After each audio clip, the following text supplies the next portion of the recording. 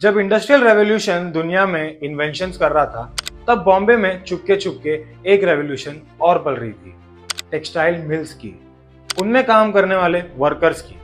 ये कहानी है मेहनत की, मजदूरी की और मजबूती की, मगर ये कहानी है अंधेरे की भी।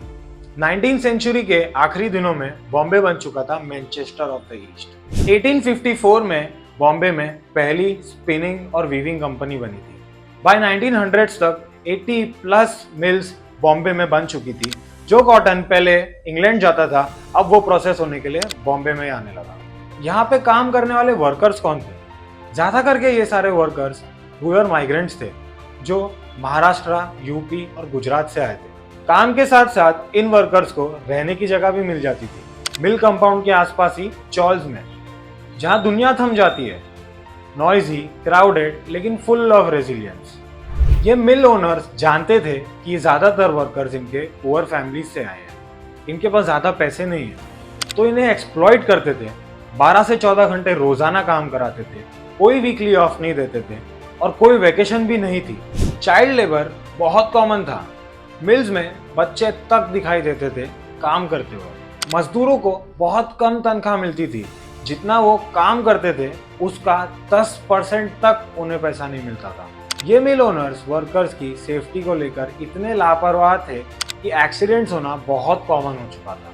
धूल, गर्मी और नॉइस पोल्यूशन में रहकर कुछ वर्कर्स टीबी जैसी गंभीर बीमारी का भी शिकार हुए। इन मिल ओनर्स की बेरहमी सहन करते मजदूर थक चुके थे और वो समझ चुके थे कि अगर उन्हें इन मिल ओनर्स से टक्कर लेना है तो उन्हें एक होना पड़ेगा।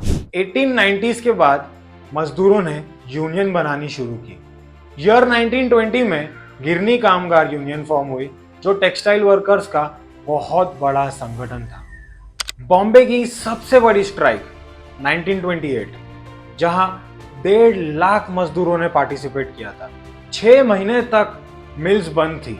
वर्कर्स की डिमांड थी better wages, better working conditions और बेटर वर्किंग आवर्स। इन मिल ओनर्स से लड़ना इतना आसान नहीं था। डॉक्टर बाबा साहेब अम्बेडकर जैसे लीडर्स ने इन मिल वर्कर्स को उनका हक दिलाने के लिए लड़ाई की।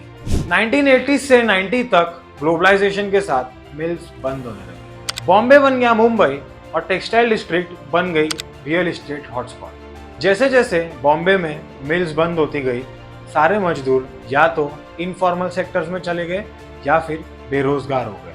लेकिन याद रह जाती है चॉल्स, मिल्स की चिमनी और मिल्स का कंपाउंड। लोग कहते हैं बॉम्बे सिर्फ एक शहर नहीं था, बल्कि लाखों कामगारों का सपना भी था।